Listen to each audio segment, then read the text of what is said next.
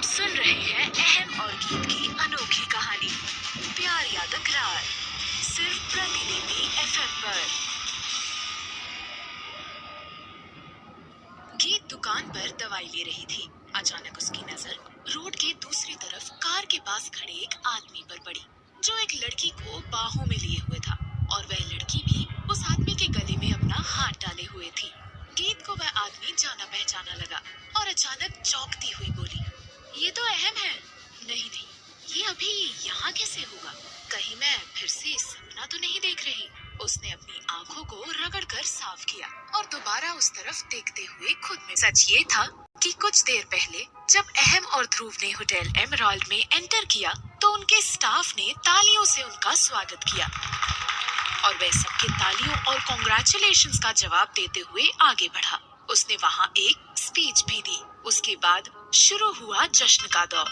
Class से class टकराने लगे, पैर डांस फ्लोर पर थिरकने लगे। कुछ घंटों तक जश्न चलता रहा, लेकिन अहम बस एक जगह बैठा हुआ उन्हें देखकर एंजॉय करता रहा। जश्न खत्म होने पर जब अहम और ध्रुव साथ में बाहर निकले तो उनकी नजर एक लड़की पर पड़ी, जो रोड पर पैदल लड़खड़ाते कदमों से आगे बढ़ रही थी। वह कंपनी की ही एक स्टाफ थी और उसे देखकर ऐसा लग रहा था कि उसने ज्यादा शराब चढ़ा ली थी। ध्रुव उस लड़की को देखते हुए बोला, अरे यार, अब ये क्या मुसीबत है? सब लोग तो जा चुके हैं, अब ये अकेले कैसे जाएगी? ऊपर से इतनी चढ़ा भी रखी है। वह लड़की के पास गया और फिर उसे खींचकर अहम के पास वापस लाते हुए बोला, जाओ, ये तुम्हें तुम्हारे घर छोड़ देगा। उस लड़की ने एक नशीली मुस्कान देते हुए अहम की तरफ देखा और उसके गले में अपनी बाहें डाल दी। उसी समय गीत ने दूर से ही उसकी तरफ देखा। वह आश्चर्य से देखने लगी क्योंकि वह अहम को पहचान चुकी थी। वहीं उस लड़की के अहम के गले पड़ते ही अहम गुस्से में ध्रुव की तरफ देखता हुआ बोला, ध्रुव, ये क्या पागलपन है यार? कहते हुए अहम ने उस लड़की का हाथ अपने कंधे से हटाया और धीरे से उसे ध्रुव की तरफ पुश किया। ध्रुव ने उस लड़की को संभालते हुए कहा, अहम यार, बेचारी कहाँ जाएगी इतनी रात को? छोड़ देना इसे इसके घर। तभी अहम ने उसकी तरफ अपनी गाड़ी की चाबी बढ़ाते हुए कहा, तुम ही छोड़ दो इसे। ध्रुव बोला, अरे यार, मैंने भी हल्की पी रखी है, रास्ते में कुछ हो गया तो?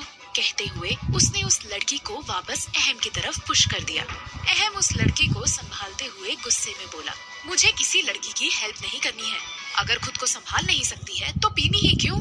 वही गीत उसे देख तो रही थी, लेकिन वहाँ इतनी ट्रैफिक थी कि उन दोनों लोगों की बातें नहीं सुन पा रही थी। वह गुस्से में बड़बड़ाई, ये दोनों एक लड़की को पंचिंग बैग की तरह आखिर क्यों यूज कर रहे हैं? आखिर समझ क्या रखा है लड़की को इन लोगों ने? दूसरी तरफ अहम ने उस लड़की को वापस ध्रुव की तरफ पुश करना चाहा, लेकिन ध्रुव उस जगह से हट गया और उसके सामने से एक टैक्सी पकड़कर निकल गया। अहम उस लड़की को थामे हुए ध्रुव के ऊपर चिल्लाता रहा, ध्रुव, ध्रुव, लेकिन ध्रुव जा चुका था। उसके बाद अहम उस लड़की की तरफ देखते हुए गुस्से में बड़बड़ाया, क्या मुसीबत है यार, मेरे गले डालकर चला गया। अंत में ना चाहते हुए भी अहम ने उस लड़की को अपनी गाड़ी में बिठाया और खुद ड्राइविंग सीट पर बैठा। तभी वह लड़की सीट से सरकते हुए गाड़ी से बाहर निकली और उल्टी कर दी। अहम को गुस्सा बहुत आया, लेकिन उसने किसी तरह से खुद को कंट्रोल कर लिया। उसने उस लड़की का हाथ पकड़कर वापस गाड़ी में बिठाना चाहा, लेकिन उस लड़की ने अहम के गले में हाथ डालकर झूमते हुए कहा, तुम बहुत हैंडसम हो यार, कितना ध्यान रखते हो मेरा। वह उसे चूमने के लिए आगे बढ़ी। तभी अहम ने गुस्से में एक जोरदार थप्पड़ उसके गाल पर जड़ दिया। वही गीत जो दुकान पर खड़ी थी, उसने अहम को उस लड़की को थप्पड़ मारते देखा तो उसे थोड़ा अजीब लगा और गुस्सा भी आ गया। वह मन ही मन बड़बड़ाई, अजीब लड़का है, तब से मैं देखे जा रही हूँ, पहले पंचिंग बैग और अब थप्पड़, अभी मैं बताती हूँ इसे। वह भूल चुकी थी कि वह दादू का पोता है या किसी बड़े कंपनी का मालिक। वह तुरंत ही रोड के दूसरी तरफ जाने के लिए रोड क्रॉस करने लगी। तब तक अहम ने उस लड़की की कमर पकड़कर उसे उठाया और गाड़ी के अंदर लिटा दिया। अहम ने गाड़ी के अंदर बैठकर गाड़ी स्टार्ट की ही थी कि गीत चिल्ला पड़ी, रुको मिस्टर अहम कपूर। गीत गाड़ी तक पहुंची और ग्लास पर जोर से हाथ मारती हुई बोली, ग्लास नीचे करो।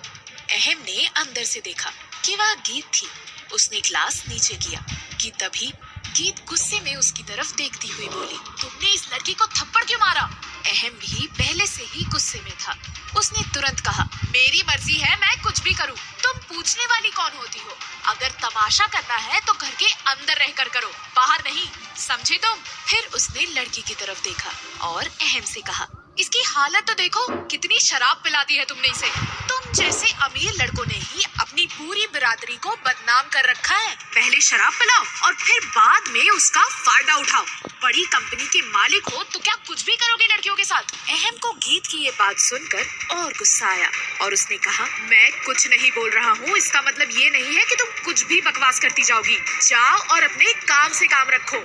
गीत चिढ़ती हुई बोली, अच्छा तो मैं बकवास कर रही हूँ? और नहीं तो क्या, तुम मुझसे पूछने वाली होती कौन हो? मैं भी तो तुमसे पूछ सकता हूँ कि इतनी रात को तुम यहाँ मेन रोड पर आखिर कर क्या रही हो? कहीं कुछ गलत धंधा तो नहीं करती हो? ये सुनते ही गीत का गुस्सा 7वें आसमान पर पहुँच गया। वह चिल्लाते हुए बोली, तुम्हारी हिम्मत कैसे हुई मेरे बारे में ऐसे बात करने की? अहम ने उसकी बातों पर ज्यादा ध्यान नहीं दिया और अपनी गाड़ी आगे बढ़ा ली। गीत पीछे से गुस्से से चिल्लाते हुए बोली, बदतमीज, छिछोरा। अहम आगे बढ़ गया था। गीत गुस्से में बड़बड़ाई, मैं इसे नहीं छोड़ने वाली।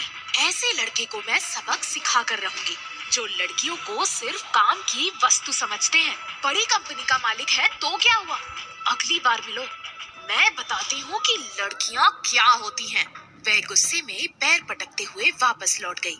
वहीं अहम थोड़ी दूर बढ़ा ही था कि तभी कुछ याद आते ही अचानक से गाड़ी में ब्रेक लगाते हुए खुद में बड़बड़ाया, अरे यार, मुझे तो इस लड़की से दादू के बारे में बात करनी थी और मैं उल्टा इससे झगड़ा कर बैठा। पता नहीं अब ये मेरी बात मानेगी भी या नहीं। अब अहम गीत को दादू की सेवा के लिए कैसे मनाएगा? गीत अहम के विरुद्ध क्या कदम उठाने वाली है? जानने के लिए सुनिए प्यार या तकरार, सिर्फ प्रतिलिपि FM पर।